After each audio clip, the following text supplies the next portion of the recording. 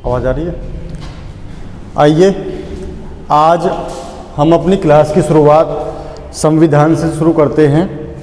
और इससे पहले मैंने एक वीडियो और मैंने डाला हुआ है संविधान के इतिहास के बारे में कि भारत का संविधान जो है वो एक काफ़ी लंबी प्रोसेस के बाद बना है और काफ़ी लंबे संघर्ष और लंबी समय अवधि के बाद भारत के संविधान का धीरे धीरे विकास होता गया है।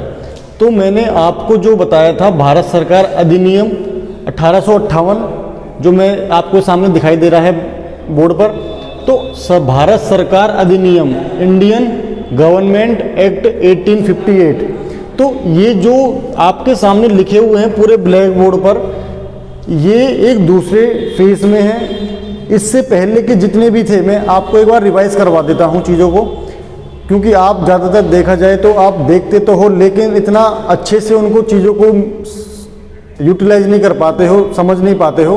तो मैं एक बार आपका अभ्यास करवा देता हूँ। तो मैंने आपको बताया था कि भारत के संवैधानिक इतिहास की शुरुआत देखा जाए तो 1600 ईस्वी के चार्टर से स्टार्ट होती है। 1600 ईस्वी के राजलेख से शुरुआत होती है, जहाँ पर कंपनी के शासन के लिए 15 वर्षों का एक पूरा अधिकार पत्र जारी किया जाता है। उसके बाद 1726 का एक राजलेख आता है जिसमें मुंबई, मद्रास और कलकत्ता प्रेसिडेंसी के लिए अलग अलग राज्यपालों के द्वारा उनके कानून बनाने की बात कही जाती है, उनको कुछ शक्तियाँ दी जाती हैं।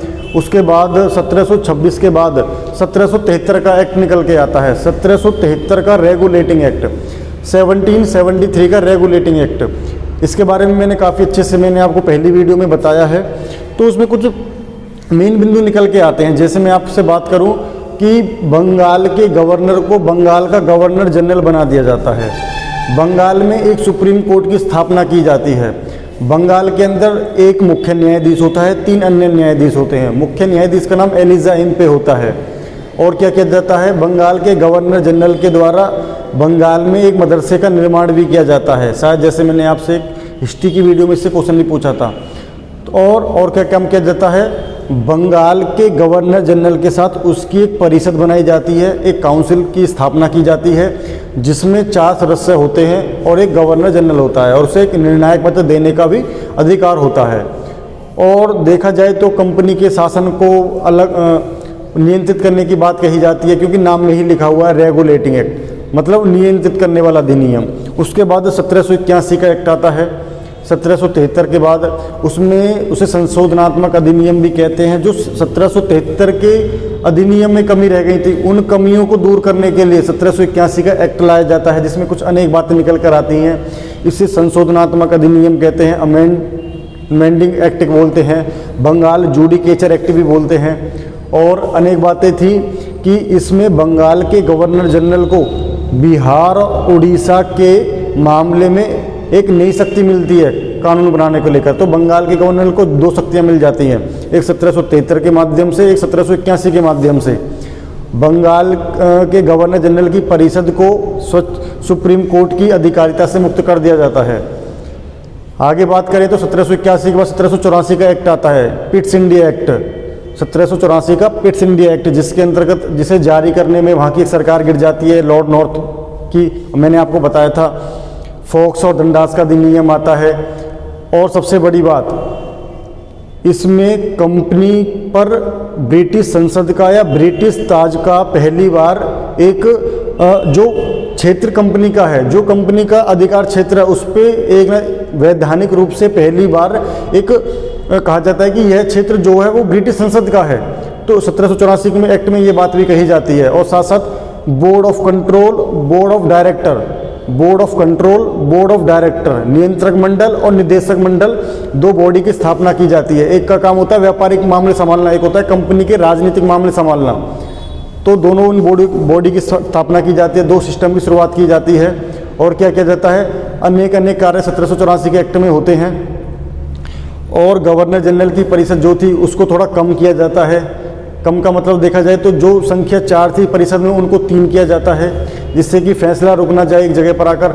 और साथ में 1784 के पिट्स इंडिया एक्ट के बाद 1786 का अधिनियम आता है, जो स्पेशल गवर्नर जनरल की शक्तियों में वृद्धि करने के लिए होता है। तो गवर्नर जनरल लॉर्ड कॉर्नवालिस के लिए ही यह देखा जाए तो ये अधिनियम पारित किया जाता है। उससे सर्वोच्च प्रधान सेनापति की शक्तियाँ प्रदान की जाती हैं।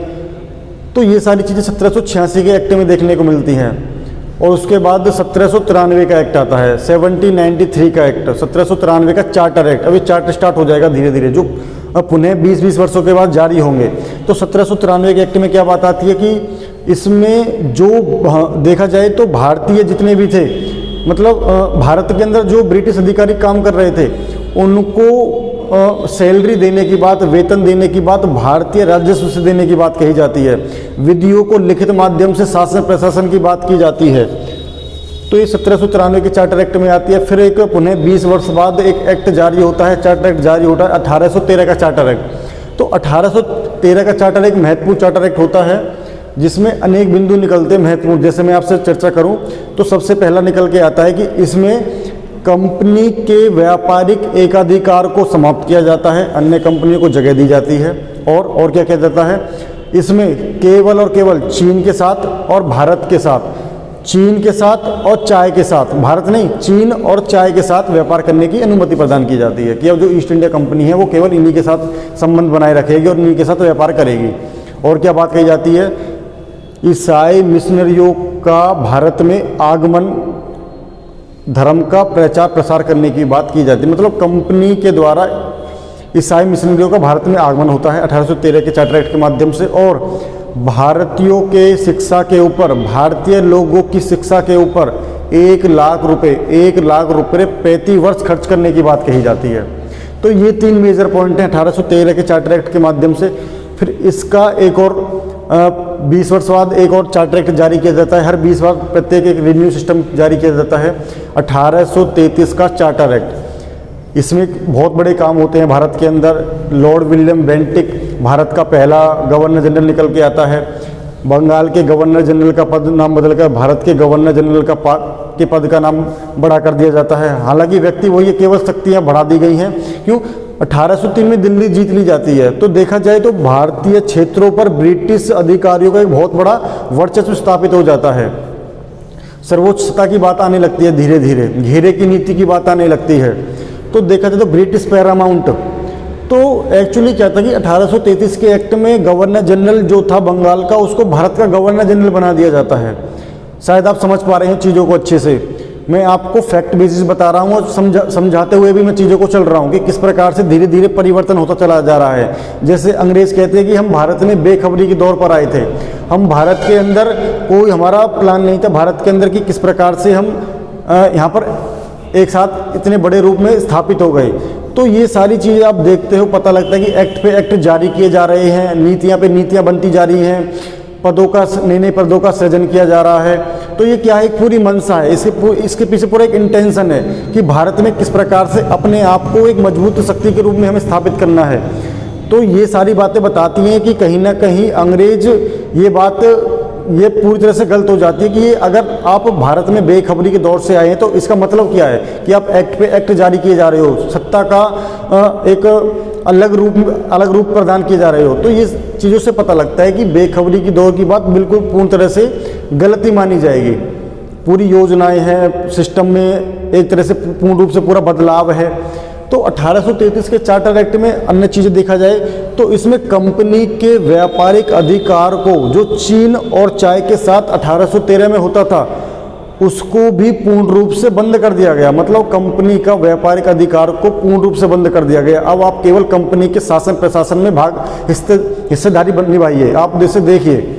और क्या बात की गई 1833 के चार्टर एक्ट में, इस चार्टर एक्ट के द्वारा गवर्नर जनरल की परिषद में चौथे सदस्य को शामिल किया गया। क्यों? पहले 3 हो चुके थे, पहले 4 थे, फिर 3 हुए, अब फिर 4 हो गए।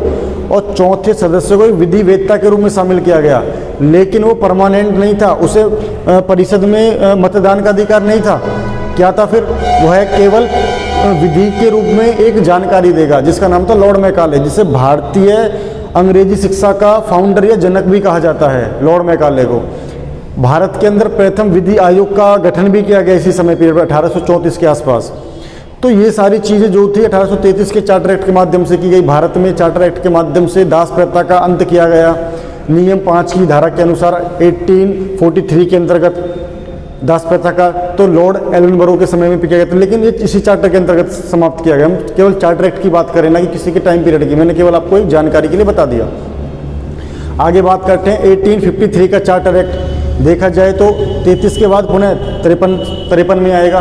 तो 1853 के चार्टर एक्ट के अंदर क्या था? तो 1853 के चार्टर एक्ट के अंदर था कि सबसे बड़ी बात निकल के आती कि यह सबसे अंतिम चार्टर एक्ट था। क्या था? यह सबसे अंतिम चार्टर एक्ट था। इसके बाद कोई चार्टर एक्ट जारी नहीं होता है। 20 साल बाद कोई चार्टर एक्ट नहीं आएगा, लेकिन देखना कुछ समय बाद ही आ जाएगा, लेकिन 20 साल बाद नहीं आएगा, 15 साल बाद नहीं आएगा। अब कोई फिक्स नहीं रह जाएगा टाइम पीरियड। दूसरी बात निकल के आती है कि इस चार्टर एक्ट में जो बात की गई थी, बात ये कही गई थी कंपनी के शासन को कभी भी समाप्त किया जा सकता है। क्या बात की गई? कि कंपनी के शासन को कभी भी समाप्त किया जा सकता है। ये सबसे बड़ी स्टेटमेंट दे दी गई। अन्य चीज़ें दी गई। मैंने आपको वीडियो में, पहली वीडियो में आप देखना, रिकैप करके देखना, अच्छे से सुनना। इसी को देख लोगे तो आपको पहली वीडियो की इतनी आवश्यकता नहीं होगी, लेकिन आप फिर भी एक बार चेक कर लेना चीज़ों को। तो 1853 एक्ट में ये चीज़ें कह दी गई। उसके बाद देखा जाए तो जितने भी 1600 से 1853 के एक्ट हैं वो कंपनी के अधीन एक्ट पारित किए गए थे। मतलब हालांकि देखा जाए तो ब्रिटिश संसद पास करी थी, लेकिन शासन प्रशासन की बागडोर जो थी वो कंपनी के लोगों के हाथ में थी, क्योंकि कंपनी एक प्राइवेट थी, राज्य द्वारा प्रायोजित नहीं थी, राज्य द्वारा स्पॉन्सर्ड नहीं थी, वो एक प्राइवेट कंपनी थी। एक्चुअली होता क्या है कि अब धीरे धीरे लगने लगा कि ब्रिटिश संसद को कि अब जो कंपनी का शासन है उसका फैला बहुत बड़े व्यापक रूप से हो चुका है एक क्षेत्र पर, तो धीरे धीरे इनके पर काटे जाएं। तो उन्हें एक वो बहाना मिलना चाहिए था कि किस प्रकार से कंपनी के शासन को ख़त्म किया जाए। तो वो उसका जो एक बहाना मिलता है, उसकी एक चीज़ देखने को मिलती है, वो देखने को मिलता है 1857 की क्रांति कह लीजिए, विद्रोह कह लीजिए, सिपाही विद्रोह कह लीजिए। तो 1857 के विद्रोह से पूरा तरह से साफ हो जाता है कि कंपनी अपने शासन को भारत में चलाने के लिए असमर्थ है। तो उसके माध्यम से एक चीज़ निकल के आती हैं और कंपनी के शासन को पूर्ण रूप से समाप्त कर दिया जाता है। तो मैंने केवल आपको एक पूरा पीछे वाली वीडियो का एक रिकैप दिया है, पूरा मैंने आपको समझाया है, शायद आपको समझ आया होगा बहुत अच्छे से। पॉइंटों को मैंने बहुत विस्तार से बताया है, उसमें मेन बिंदु जो हैं। आइए हम बात करते हैं अब स्टार्टिंग से। तो ये जो आप देख रहे हो जितने भी मैंने लिखा हुआ है ये ब्रिटिश ताज के अधीन है। मतलब जो जितने भी एक्ट पास होंगे वो ब्रिटिश संसद के, मतलब ब्रिटिश संसद के अधीन भारत हो जाएगा। जो भारतीय क्षेत्र होगा ब्रिटिश का वो ब्रिटिश संसद चलाएगी, कंपनी का कोई हस्तक्षेप नहीं रहेगा। क्यों? 1853 में कह दिया गया कि कभी भी कंपनी के शासन को समाप्त किया जा सकता है। आइए हम इस पर चर्चा करते हैं।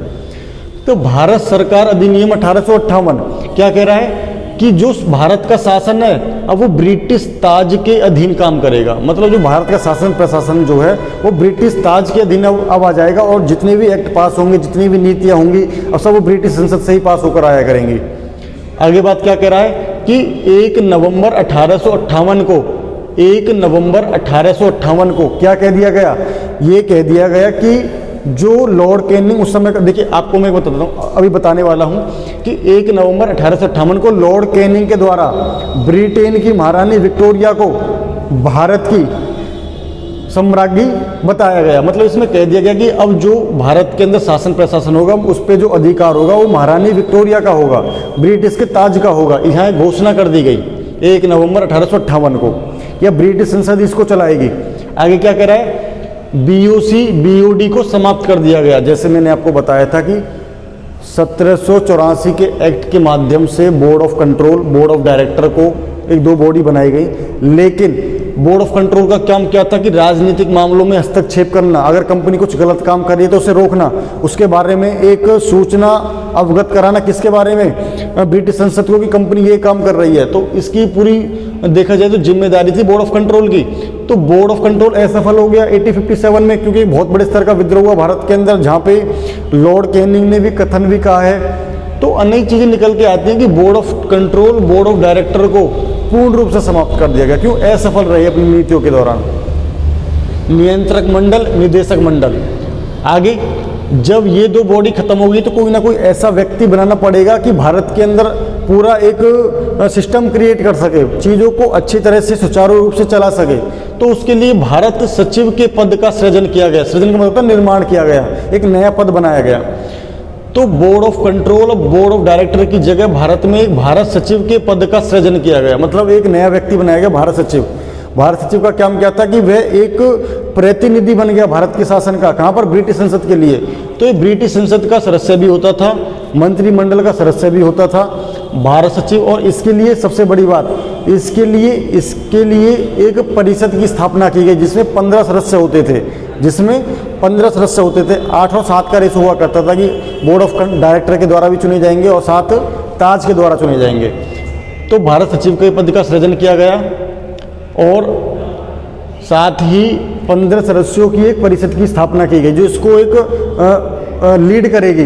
देखा जाए सबसे बड़ी बात जो निकल के आती है, गवर्नर जनरल का नाम बदलकर, मतलब गवर्नर जनरल के पद का नाम बदलकर, गवर्नर जनरल के पद का नाम बदलकर, गवर्नर जनरल के पद का नाम बदलकर क्या कर दिया गया? वायसराय कर दिया गया। देखिए जैसे बंगाल, देखिए सबसे पहली बात क्या है कि बंगाल का पहला गवर्नर जनरल कौन है? तो वारेन हेस्टिंग्स है। भारत का पहला गवर्नर जनरल कौन है? तो लॉर्ड विलियम बेंटिक है। बंगाल का वारेन हेस्टिंग्स है, भारत का लॉर्ड विलियम बेंटिक है। भारत का प्रथम वायसराय कौन है?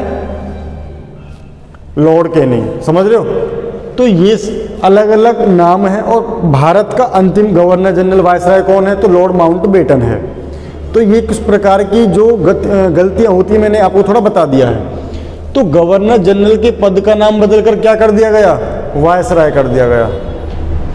देखा जाए तो गवर्नर जनरल और वायसराय एक ही व्यक्ति था, केवल नाम में परिवर्तन किया गया था, व्यक्ति एक ही था। तो कौन था? लॉर्ड कैनिंग था। और दूसरी चीज देखते हैं हम इसी के अंदर, गवर्नर जनरल का नाम बदलकर कर दिया गया और एक चीज गवर्नर जनरल का नाम बदलकर वायसराय कर दिया गया। और साथ में 1858 के एक्ट में यही सारी चीज़ें हमें मुख्य तौर पर देखने को मिलती हैं। आइए आगे बात करते हैं हम भारतीय परिषद अधिनियम 1861। अब ये क्या कंपनी के द्वारा नहीं, अब पूरी तरह से देखा जाए तो अब ब्रिटिश संसद के द्वारा पारित किए जा रहे हैं। भारतीय इंडियन काउंसिल एक्ट 1861, इसमें क्या कहा गया कि भारत में अब वैधानिक रूप से संवैधानिक विकास का सूत्रपात किया गया। मतलब भारत में अब एक संविधान अब प्रॉपर एक उचित प्रकार से बनने की एक व्यवस्था एक सुचारू रूप से शुरू हो गई। तो भारत के अंदर संवैधानिक विकास का सूत्रपात किया गया, कॉन्स्टिट्यूशन डेवलपमेंट। केंद्रीय कार्यकारिणी सदस्य के सदस्यों की संख्या बढ़ाकर 4 से बढ़ाकर 5 कर दी गई। केंद्रीय सेंट्रल एग्जीक्यूटिव मेंबर को जो संख्या थी वो 4 से बढ़ाकर 5 कर दी गई। जैसे मैंने आपको बताया था कि 4 से 3 थे, फिर 4 हुए, फिर 4 से अब क्या हो गया? 4 से 5 कर दी गई। केंद्रीय कार्यकारी सदस्य की संख्या 4 से बढ़ाकर 5 कर दी गई। किसमें? 1861 में। और जो 5वां सदस्य है, कौन? 5वां जो सदस्य है वो क्या होगा? 5वां सदस्य विधिवेत्ता होना आवश्यक है। क्या होना आवश्यक है? 5वां सदस्य विधिवेत्ता, मतलब एक कानून का विशेषज्ञ होना चाहिए। जैसे आपने सुना होगा NJC एक्ट आया था, नेशनल जुडिशरी अपॉइंटमेंट कमीशन। तो राष्ट्रीय न्यायाधीश नियुक्ति आयोग, तो उसके अंदर भी कही गई थी कि 2 विधिवेत्ता होने चाहिए। तो जो इसमें 5वां सदस्य होगा विधि का जानकार होना चाहिए। देखिए GG का मतलब है गवर्नर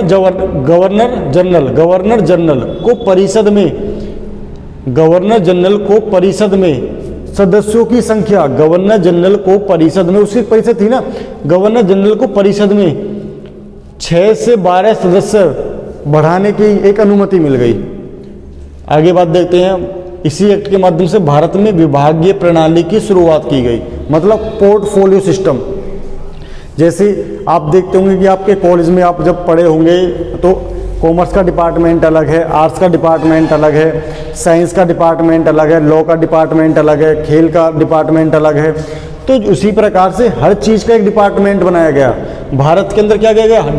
विभागीय प्रणाली, मतलब पोर्टफोलियो सिस्टम की शुरुआत की गई, जिसमें पहली बार मंत्रिमंडलीय व्यवस्था भी देखने को मिलती है। क्यों? अलग अलग मंत्री होंगे, किसके? अलग अलग डिपार्टमेंट के। जैसे आपसे मैं बात करूं, रेल मंत्रालय का अलग मंत्री है, गृह मंत्रालय का अलग मंत्री है, समझ रहे हो? तो अलग अलग, रक्षा मंत्री अलग है, अलग उसका एक अलग मंत्रालय है, खेल मंत्रालय का अलग मंत्री है, सड़क एवं जहाज का अलग है। तो उसी प्रकार से भारत में एक विभागीय प्रणाली की शुरुआत की गई। और साथ में क्या किया गया, इस अधिनियम, देखिए ये भी अपने आप में बहुत महत्वपूर्ण अधिनियम था, बहुत ही देखा जाए तो इसमें काफ़ी सारा इतना एसेंस निकल के आता है चीज़ों को लेकर के बहुत ज़्यादा, और क्वेश्चन भी बहुत निकलते हैं इन अधिनियमों से कि किसमें क्या बात कही गई।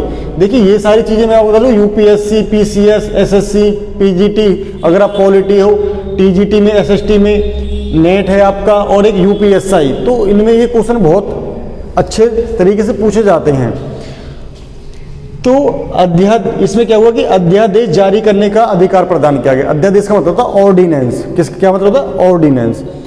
तो वायसराय को अगर उसे लगता है कि कोई आपातकालीन स्थिति हो गई है, इमरजेंसी भारत के अंदर कंडीशन बनती जा रही है ब्रिटिश क्षेत्र वाले क्षेत्र में, तो वो अध्यादेश जारी कर सकता है किसी की अनुमति के बगैर, मतलब परिषद की अनुमति के बगैर एक अध्यादेश जारी करने का उसका अधिकार मिल गया। अध्यादेश का अधिकार मिल गया किसको, भारतीय परिषद अधिनियम के द्वारा गवर्नर जनरल को। आप मुझे कमेंट बॉक्स में इसका उत्तर देना कि भारत के राष्ट्रपति को किस अनुच्छेद के अंतर्गत अध्यादेश जारी करने का अधिकार है। और दूसरा क्वेश्चन ये है कि राज्यपाल को, देखिए दोनों बताना है आपको, राष्ट्रपति को किस अनुच्छेद के अंतर्गत अध्यादेश जारी पारित करने का अधिकार है और राज्यपाल को किस अनुच्छेद के अंतर्गत। तो आप मुझे इन दोनों का कमेंट बॉक्स में उत्तर दे के बताना। हालांकि कुछ बच्चे देते भी हैं, कुछ फ्रेंड देते भी हैं, जैसे मैं उनका आने वाले समय में नाम लूँगा, तो जैसे मैं एक का नाम ले देता हूँ, तो सोनिया राजपूत हैं और एक चारुल नाम है उनका, तो वे दोनों कमेंट बॉक्स में ज़रूर आंसर देते, मैं देख रहा हूँ मैं लगातार। तो आप भी मुझे कमेंट बॉक्स में इनका आंसर दे के बताना है कि राष्ट्रपति और राज्यपाल किस अनुच्छेद के अंदर या किस आर्टिकल के अंदर अध्यादेश पारित करते हैं। आगे बात करते हैं बम्बई और मद्रास। बम्बई और मद्रास की सरकारों को कानून बनाने की अनुमति मिल गई। मतलब देखा जाए, आपको पता होगा कि 1833 में क्या हुआ था कि जितनी भी शक्ति थी भारत के अंदर, जितनी भी सत्ता थी, वो एक ही व्यक्ति में निहित कर दी गई। मतलब अब कानून बनेगा तो ऊपर से ही आएगा। अब इस एक्ट में क्या कर दी गई, शक्ति का क्या किया गया, और जो बम्बई और मद्रास के राज्यपालों से शक्तियाँ ली गई थी कानून बनाने की, उनको वापस लौटा दी गई। और सबसे इम्पोर्टेंट बात, इस एक्ट में शायद आपको दिखाई ना दे रहा हो मैं, इसलिए मैं अब 2-3 बार इसको लाइन को बोल दूंगा, केंद्रीयकरण के स्थान पर विकेंद्रीकरण की नीति अपनाई गई। मतलब सेंट्रलाइजेशन के स्थान पर डिसेंट्रलाइजेशन की पॉलिसी अपनाई गई। केंद्रीयकरण के स्थान पर विकेंद्रीकरण की नीति अपनाई गई। मतलब कि जो सत्ता एक व्यक्ति में निहित थी, एक व्यक्ति में शामिल थी, अब उसको अलग अलग लोगों में बांट दिया गया। एक व्यक्ति है, पहले खुद ही शासन प्रशासन को दे रहा है, को देख रहा है, उसके बारे में कानून बना रहा है। अब क्या करेगा, अब एक व्यक्ति, अब मैं कानून न बनाकर, सामने वाला व्यक्ति न बनाकर, वो 4-5 लोगों में उसी सत्ता को बांट देगा। तो केंद्रीकरण से मतलब विकेंद्रीकरण। केंद्रीकरण के स्थान पर विकेंद्रीकरण, मतलब अब एक सत्ता एक व्यक्ति में निहित होकर अन्य अन्य लोगों में भी बढ़ जाएगी। तो ये सारी बातें भारतीय परिषद अधिनियम 1861 में देखने को मिलती हैं। आगे चर्चा करते हैं 1873 का अधिनियम, 1873 का अधिनियम। इसमें क्या कहेगा, इसमें यह केवल इसीलिए पास किया गया, इसीलिए बनाया गया कि इसमें ईस्ट इंडिया कंपनी की समाप्ति की बात कही गई कि अब ईस्ट इंडिया कंपनी को समाप्त करने की बात कह दी गई है पूरी तरह से, कि अब समाप्त करने हो जाएगी अब। और फिर उसके अनुसार देखा जाए तो 1 जनवरी 1884, 1 जनवरी मतलब नए साल वाले दिन ही, 1 जनवरी 1884 को ईस्ट इंडिया कंपनी को औपचारिक रूप से, इनफॉर्मल औपचारिक रूप से पूरी तरह से भंग कर दिया गया। किसको, ईस्ट इंडिया कंपनी को। आगे बात करते हैं शाही उपाधि अधिनियम 1876, शाही उपाधि अधिनियम 1876। तो इसमें क्या कहेगा कि केंद्रीय कार्यकारिणी सेंट्रल एग्जीक्यूटिव में 6ठे सदस्य की नियुक्ति की गई। जैसे यहाँ पे 4 से बढ़ाकर 5 कर दी गई है, अब यहाँ पे 6ठे सदस्य से बढ़ाकर अब 5 से बढ़ाकर 6 कर दी गई है। पहले 4 थे, फिर 5 कर दिए गए, अब 5 से 6 कर दिए गए हैं। तो केंद्रीय कार्यकारिणी में 6ठे सदस्य की नियुक्ति की गई। और सबसे बड़ी बात, जैसे 5वां सदस्य लॉ का जानकार होना चाहिए, मैंडेटरी था कि वो बिल्कुल देखा जाए तो 5वां सदस्य विधिवेत्ता होना चाहिए, उसी प्रकार से 6ठा सदस्य क्या होना चाहिए, PW मतलब लोक सेवा निर्माण, मतलब लोक पब्लिक वर्क्स डिपार्टमेंट, लोक निर्माण विभाग में होना चाहिए, मतलब उसका एक जानकार होना चाहिए PWD का। तो यहाँ पे 6 सदस्य की नियुक्ति की गई। और 28 अप्रैल 1876, 28 अप्रैल 1876 को ब्रिटेन की महारानी विक्टोरिया को भारत की सम्राज्ञी घोषित किया गया। होता है सम्राट, सम्राट का जो देखा जाए तो अपोजिट सम्राज्ञी बनेगा। तो 1876 को सम्राज्ञी घोषित किया गया और कह दिया गया कि भारत की जो सत्ता, जो जैसे भारत का राष्ट्रपति, तो उसी प्रकार से भारत का जो मेन बिंदु होगा, जो मेन व्यक्ति होगा सबसे अपर, जिसमें सुप्रीम लेवल की पावर होगी, और वो सम्राज्ञी होगी। भारत की सम्राज्ञी है, भारत की सत्ता का शासन प्रशासन संभालेगी, उसका एक ऑर्डर डालेगी। तो ये सारी चीज़ें निकल के आती है। मुझे कमेंट बॉक्स में इसका भी आंसर देना कि 1876 में बंगाल, उस समय भारत का वायसराय कौन था, भारत का वायसराय कौन था जिसके समय में ये शाही उपाधि अधिनियम आया था भारत के अंदर। तो आप मुझे इसका आंसर बताना, क्योंकि 1877 में दिल्ली दरबार लगता है भारत के अंदर, 1877 में दिल्ली दरबार लगता है, जिसके उपलक्ष्य में बहुत बड़ा, उपलक्ष्य में क्या, थोड़ा मैं गलत बोल गया, उपलक्ष्य नहीं बोल लूँगा, उसकी उसी समय के दौरान एक भारत के अंदर एक बहुत भीषण अकाल पड़ता है, बहुत ही बड़े स्तर पे काफ़ी बड़ी जनसंख्या समाप्त हो जाती है। तो आप मुझे उसका नाम बताना कि उस समय कौन भारत का वायसराय था। वायसराय गवर्नर जनरल एक ही बात है। भारतीय परिषद अधिनियम 1892, इंडियन काउंसिल एक्ट 1892, इसमें क्या हुआ, भारत के अंदर निर्वाचन पद्धति की शुरुआत की गई। निर्वाचन पद्धति की मतलब अब क्या होगा कि अब जो चुनाव होगा, और चुनाव की बात की गई देखा जाए तो अब लोगों को चुना जाएगा किसी ना किसी रूप में। पहले लोगों का इनडायरेक्ट रूप में, मनोनीत के रूप में लोगों को सेलेक्ट किया जाता था, अब एक प्रॉपर चुनाव पद्धति की बात कह रहे हैं धीरे धीरे। परिषद के अधिकारों में वृद्धि की गई, जो गवर्नर जनरल की परिषद थी उसके अधिकारों को सुदृढ़ रूप से बढ़ाया गया और थोड़ा और सशक्त बनाने की बात कही जा रही है कि उसको और मजबूत बनाया जाए, स्ट्रॉन्ग बनाया जाए। और बजट पर विवेचन करने, मतलब बजट पर बहस करने का भी अधिकार दिया गया भारतीयों को। और प्रश्न पूछने का अधिकार दिया गया, मतलब आप बजट पर बहस कीजिए और प्रश्न भी पूछिए। देखिए ये बहुत इंपॉर्टेंट है कि किसमें भारतीयों को बजट पर विवेचन करने और प्रश्न पूछने का अधिकार दिया गया पहली बार। लेकिन आप प्रश्न पूछ सकते हो, लेकिन मतदान नहीं करोगे। अगर कोई मतदान की बात आती है, अगर वोटिंग होती है तो आप मतदान नहीं करोगे, इसमें अभी मतदान की बात नहीं आई है। अनुपूरक प्रश्न नहीं पूछ सकते आप। अनुपूरक मतलब काउंटर क्वेश्चन नहीं कर सकते आप। आपने एक बार पूछ लिया, संतुष्ट हो जाइए, दोबारा क्वेश्चन नहीं करोगे आप। अनुपूरक मतलब काउंटर क्वेश्चन नहीं करोगे आप। आगे बात करते हैं, इसमें इतनी बातें थी 1892 के अंतर्गत। और एक बात बता देता हूँ कि इसमें केंद्रीय विधान परिषद या केंद्रीय व्यवस्थापिका सभा में सदस्यों की संख्या 10 से बढ़ाकर 16 कर दी गई। क्या कर दी गई? 10 से बढ़ाकर 16 कर दी गई, जिसे मैं आपको बढ़ाऊंगा कि इसमें आगे 16 से 60 कर दी जाएगी। तो इसमें एक लाइन और है कि केंद्रीय विधान परिषद में सदस्यों की संख्या 10 से बढ़ाकर 16 कर दी गई। अब आगे बात करते हैं भारतीय परिषद, इंडियन काउंसिल एक्ट 1909। इसे क्या कहते हैं? इसे मार्ले मिंटो सुधार भी कहते हैं। इसे मार्ले मिंटो सुधार अधिनियम भी कहा जाता है। क्यों? जो मार्ले है ये भारत सचिव था, जैसे मैंने आपको बताया था कि भारत सचिव के पद का सृजन हुआ था 1858 में, 1858 के भारत सरकार अधिनियम के अंतर्गत। तो उसी प्रकार से मार्ले जो था वो भारत सचिव था, मिंटो वायसराय था। तो इसका एक सुधार भी कहा जाता है। सर अरुंडेल समिति की रिपोर्ट के आधार पर फरवरी 1909 को इसको पारित किया गया। क्यों पारित किया गया?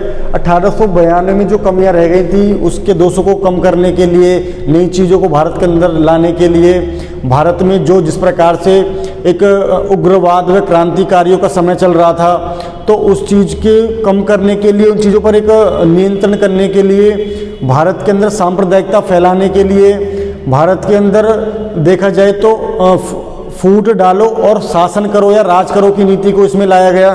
तो अनेक बिंदुओं को लेकर के भारत के अंदर भारतीय परिषद अधिनियम लाता गया या बनाया गया। मनसा अच्छी नहीं थी इनके पीछे, कोई भी अपना ही हित था कहीं ना कहीं देखा जाए तो, कि दो व्यक्ति आपस में लड़ते रहे। वो जैसा कि सिस्टम है ना कि दो बिल्लियों के बीच में बंदर रोटी ले गया, तो वही वाली बात है। तो सर अरुंडेल समिति के आधार पर आया गया, ये बड़ा इंपॉर्टेंट है। केंद्रीय विधान परिषद में सदस्य संख्या जैसे मैंने कहा ना 10 से 16 कर दी गई, तो उसी प्रकार से केंद्रीय विधान परिषद में सदस्यों की संख्या 16 से बढ़ाकर 60 कर दी गई, 16 से 60 कर दी गई, 16 से 60 कर दिया गया। मुसलमानों के लिए पृथक मताधिकार, मतलब कोई एरिया है तो उसमें केवल मुसलमान ही खड़ा होगा और मुसलमान ही वोट देगा, अन्य धर्म का कोई व्यक्ति वोट नहीं देगा। मतलब देखा जाए तो मुसलमानों के लिए पृथक मताधिकार की बात की गई।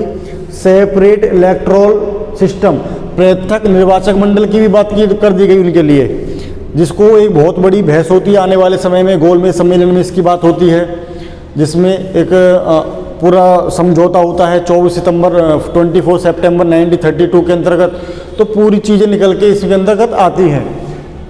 फूट डालो राज करो की नीति निकल के आती है, इनकी मंशा पता लग गई थी। जैसे लॉर्ड मिंटो मार्ले को लिखता भी है कि हम नाग के दांत बो रहे हैं, और नाग के दांत बो रहे हैं तो इसका फल भीषण होगा। और देखिए फल भीषण मिला भी। 1947 में क्या हुआ, भारत और पाकिस्तान जैसे दो अलग अलग राष्ट्रों का उदय हुआ, तो वो बात सही निकली इनके लिए। क्यों, जो काम ये 1905 के बंगाल विभाजन के दौरान नहीं कर पाए, बंगाल पार्टीशन के दौरान नहीं कर पाए, वो काम इन्होंने इसमें दिखा दिया कि अब मंशा अच्छी नहीं है इनकी।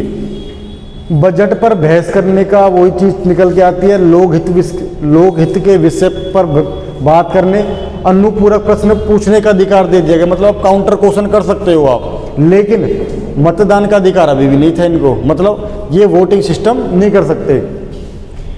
आगे बात करते हैं भारतीयों को पहली बार, जैसे केसी गुप्ता और सैयद हुसैन बिलग्रामी दो व्यक्ति थे, इनको इंग्लैंड में स्थित भारत परिषद में शामिल किया गया। एक बार दोबारा बोल दे रहा हूँ, केसी गुप्ता और सैयद हुसैन बिलग्रामी को भारत परिषद में जो इंग्लैंड में थी उसमें शामिल किया गया इन दो व्यक्तियों को, और एसपी सिन्हा को वायसराय की कार्यकारिणी सदस्य में शामिल किया गया। तो ये तीन व्यक्ति हैं, ये दो भारत परिषद में थे, ये वायसराय की कार्यकारिणी परिषद में शामिल था एसपी सिन्हा को बाद में पहले भारतीय सदस्य थे, ये पहले भारतीय सदस्य थे जो वायसराय की एग्जीक्यूटिव काउंसिल में शामिल हुए थे, कार्यकारिणी परिषद में शामिल हुए थे।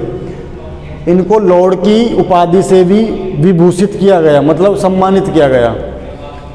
और देखिए सैयद हुसैन बिलग्रामी, जैसे बिलग्राम का एक युद्ध हुआ था, जैसे आप मुझे इसका ना कमेंट बॉक्स में आंसर देना कि बिलग्राम का युद्ध कब हुआ और किस किस के बीच में हुआ। बिलग्रामी से मुझे याद आ गया, तो मैंने आपको 3 दे दिए हैं, राष्ट्रपति, राज्यपाल, और एक बात मैं आपसे करूं तो बिलग्राम का युद्ध कब हुआ था।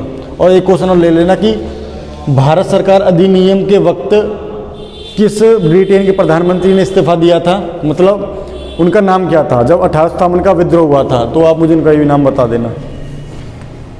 तो आगे बात करते हैं भारत सरकार अधिनियम 1919 की।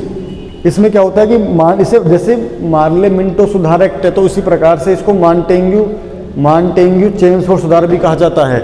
मॉन्टेग्यू कौन है? मॉन्टेग्यू भारत सचिव है। चेम्सफोर्ड कौन है? चेम्सफोर्ड भारत का गवर्नर जनरल या वायसराय है। इसमें इसे एक्ट को भी कहा जाता है। दूसरी बात, उत्तरदायी शासन की इसमें पहली बात की गई कि भारतीयों को अब उत्तरदायी शासन की बात होनी है। आगे बात करते हैं, शायद ये आपको दिखाई ना दे रहा हो तो मैं थोड़ा आपको बता देता हूँ। भारतीय परिषद सदस्य, मतलब जैसे मैंने आपको बताया था कि भारत सचिव का एक पद बनाया गया। भारत सचिव का जब पद बनाया गया तो उसकी एक परिषद 15 सदस्यों की बनाई गई। जब 15 सदस्यों की परिषद बनाई जा रही है तो उसमें अब क्या हुआ, उसी परिषद की न्यूनतम संख्या 8 कर दी गई, मतलब कम से कम 8 सदस्य हों, और अधिकतम मैक्सिमम 12 सदस्य। तो वही बात कह रहा है कि भारत परिषद की संख्या 8 और 12 कर दी गई, न्यूनतम 8, अधिकतम 12। प्रत्यक्ष चुनाव प्रणाली की शुरुआत की गई। प्रत्यक्ष चुनाव प्रणाली की बात की गई। अब देखिए यहाँ पे चुनाव को एक अच्छा रूप दिया जा रहा है, वोटिंग सिस्टम की बात की जा रही है। अब ये नहीं कि किसी का नाम मनोनीत कर दिया, नॉमिनेट कर दिया। प्रत्यक्ष चुनाव प्रणाली की बात पहली बार की गई 1919 के एक्ट के माध्यम से, और महिलाओं को भी मताधिकार देने की भी अधिकार दिया गया। महिलाओं को भी मताधिकार देने की बात की गई। और आप मुझे कमेंट बॉक्स में बताना कि सबसे पहले किस देश में महिलाओं को वोट डालने का अधिकार दिया गया, सबसे पहले किस देश के अंतर्गत। तो काफ़ी सारे क्वेश्चन हो गए हैं। केंद्र में द्विसदनात्मक विधायिका की स्थापना की गई। केंद्र के अंदर द्विसदनात्मक विधायिका, मतलब सेंटर के अंदर द्विसदनात्मक, मतलब 2 बॉडियां होंगी। जैसे आज देखते हैं आप लोकसभा और राज्यसभा, तो लोकसभा जो थी उसी समय बनी थी, नाम अलग थे, राज्यसभा थी अलग थी। तो जैसे देखा जाए तो राज्य परिषद उस समय राज्यसभा थी, राज्य परिषद उस समय की आज राज्यसभा है। तो राज्य परिषद बनी थी, विधानसभा उस समय कहते थे, आज उसे लोकसभा कहते हैं, निम्न सदन और उच्च सदन। तो राज्य परिषद में देखा जाए तो राज्य परिषद में सदस्यों की संख्या 60 थी, जिसमें से 34 सदस्यों को निर्वाचित किया जाता था, अन्य सदस्य मनोनीत होते थे। और विधानसभा में 145 सदस्य हुआ करते थे, जिसमें से 104 निर्वाचित किए जाएंगे। तो ये चीज़ आपको देखे ना, लिखते हुए चलना है। राज्य परिषद में 60 सदस्य होंगे, राज्य परिषद में 60 सदस्य होंगे। विधानसभा में जो आज बात करें तो लोकसभा की बात कर रहा हूँ मैं, आज उस समय विधानसभा थी, आज लोकसभा है, निम्न सदन है, प्रथम सदन है। तो 145 सदस्य हुआ करते थे और जिसमें से 104 आपके निर्वाचित हुआ करते थे। और जो विधानसभा का आज कार्यकाल का है क्या है, तो आज लोकसभा का कार्यकाल है 5 वर्ष, तो उस समय 3 वर्ष का हुआ करता था। और अलग बातें मैं आपको बता रहा हूँ, मैंने बता दिया कि केंद्र में द्विसदनात्मक विधायिका थी, राज्य परिषद विधान परिषद की स्थापना की गई, सदस्यों का मैंने आपको बता दिया है कि कितने वर्ष का था। और सबसे इम्पोर्टेंट बात निकल के आती है कि प्रांतों में द्वैध शासन की बात की गई, प्रांतों में द्वैध शासन की बात की गई। मतलब प्रांतों के अंदर क्या होगा, द्वैध शासन की बात की गई कि 2 विषय बनाए गए, सुरक्षित विषय और हस्तांतरित विषय। मतलब देखा जाए तो डाईआरकी भारत के अंदर स्थापित की गई। क्या डाईआरकी मतलब एक गवर्नर जनरल उसकी परिषद संभालेगी, सुरक्षित विषयों को और हस्तांतरित विषयों को क्या देखिए, हस्तांतरित मतलब है कि वो दूसरे व्यक्ति को दे दिए, हस्तांतरित कर दिए। उसमें क्या होगा कि गवर्नर जनरल और उसकी परिषद कानून बनाएगी, और दूसरे विषयों में, हस्तांतरित विषयों में गवर्नर जनरल भारत के जो मंत्री हैं उसके अंतर्गत वो कानून बनाएंगे। तो भारत के अंदर द्वैध शासन, डाईआरकी। और आप मुझे क्वेश्चन बताना कमेंट में, देखिए मैं क्वेश्चन देता रहता हूँ, आपके लिए थोड़ा लाभदायक रहेगा, आपके लिए सुविधाजनक रहेगा, आप थोड़ा देखोगे क्वेश्चन को तो बताना कि द्वैध शासन नामक पुस्तक के जनक कौन है, द्वैध शासन कौन लेकर आए, द्वैध शासन की पुस्तक का क्या नाम है। उसको नाम तो डाईआरकी है, लेकिन किसने लिखा है मुझे आप ये बता देना। तो देखिए मैंने आपको सारी चीज़ें बता दी हैं। और कौन कौन से प्रांतों में द्वैध शासन लगा था, बंगाल है, बिहार था, उड़ीसा, पंजाब, असम, सिंध भी बाद में जोड़ दिया जाता। तो एक 1923 के आसपास, 1921 के आसपास 1 अप्रैल 1921 में इन प्रांतों में द्वैध शासन लगा दिया जाता है। काफ़ी सारी चीज़ें देखिए मैंने आपको बताई हैं यहाँ पर, और बड़े विस्तार से, व्यापक रूप से मैंने इनको समझाया है। मैं अगर इनको बोल बोल के पढ़ दूँ तो वो भी अच्छा नहीं लगता है, तो मैंने हर लाइन को बड़े आराम से धीरे धीरे समझाया है, बोला है। आपको लिखते हुए चलना है, नोट डाउन करना है। और जैसे मुझे कमेंट में मिल रहे हैं कि सर इसका वीडियो बनाइए, देखिए मैं सबका वीडियो लेके आऊँगा, थोड़ा धैर्य रखना पड़ेगा आपको। मैं हवाई जहाज नहीं हूँ कि मैं एकदम उड़ करके आपको मैं सब चीज़ बता दूंगा, धीरे धीरे होगा और धीरे ही धीरे चीज़ें निकलती हैं। जल्दी काम शैतान का होता है, तो हमें ये चीज़ें नहीं करनी है। तो मैं सारी चीज़ों पे आराम से डिटेल से वीडियो लेकर आऊँगा। और आप पता नहीं क्या, आप अलग से तो कमेंट कर दोगे, लेकिन वीडियो पे कमेंट नहीं करोगे आप। मैंने देखा है कि लोग अलग से कमेंट तो कर देते हैं, लेकिन वीडियो पे कमेंट नहीं करते हैं। पता नहीं वहाँ पे इनका ईगो हर्ट हो जाता है। कहते नहीं कि सब कुछ सिंगम मूवी में कि मेरा सब कुछ हट करने का, लेकिन मेरा ईगो हट नहीं करने का, तो थोड़ा ईगो की बात आ जाती है। लेकिन आप देखिए मैं आपके साथ मेहनत कर रहा हूँ, तो आपका भी थोड़ा फ़र्ज होना चाहिए कि आप भी थोड़ा मेरे साथ कोऑपरेट करें, सहयोग करें। और मैंने इससे आगे जो है 1919 के अधिनियम के बाद मैं आगे वीडियो लेके आऊँगा। इससे पहली वाली वीडियो भी आप देखिए, मैंने भीमसेन राज्य को बहुत अच्छे से बताया है, एक एक राजा के बारे में डिस्क्राइब किया है। बहुत ही मैं आपके लिए मतलब देखा जाए तो मैं आपकी आत्मा में बिठा दूंगा इन चीज़ों को बहुत अच्छे से, बस आप मेरे साथ लगे रहिए। तो ठीक है फिर, और एक होता ना लाइक कमेंट शेयर, उसको करना भी मत भूलिए। आज के लिए इतना ही, धन्यवाद।